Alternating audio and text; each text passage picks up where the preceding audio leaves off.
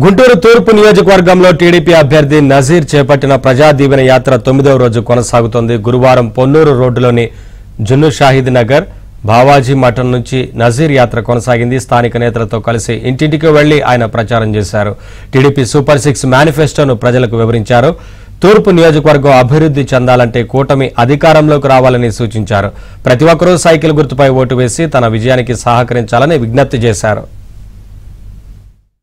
రాబోయేటువంటి రోజుల్లో ఒక మంచి కాలనీ బయట శివారు ప్రాంతాల్లో ఎక్కడైనా ఒక మంచి కాలనీ ఏర్పాటు చేసి ఇక్కడ ఉన్నటువంటి ప్రాంత ప్రజలందరూ కూడా సురక్షితమైనటువంటి గృహాలని అందించేటువంటి కార్యక్రమం చేస్తానని చెప్పి వాగ్దానం చేయడం, వారు కూడా రాబోయేటువంటి రోజుల్లో తెలుగుదేశం పార్టీ పక్షాన వాళ్ళందరూ కూడా మద్దతు ఇచ్చేటువంటి కార్యక్రమం చేస్తారని చెప్పి చెప్పడం జరుగుతూ ఉంది. ఈరోజు ప్రజల్లో ఒక బ్రహ్మాండమైనటువంటి స్పందన కల్పిస్తూ ఉంది.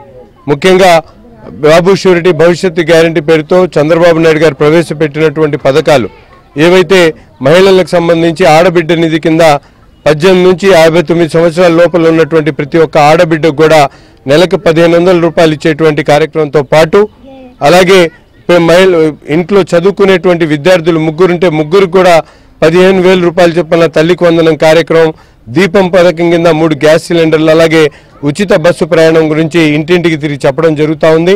రెట్టింపు ఉత్సాహంతో ఈరోజు కార్యకర్తలు నాయకులు పనిచేస్తూ ఉన్నారు. తప్పకుండా తెలుగుదేశం పార్టీ ఈ నియోజకవర్గంలో ఘనంగా విజయం సాధించబోతాం.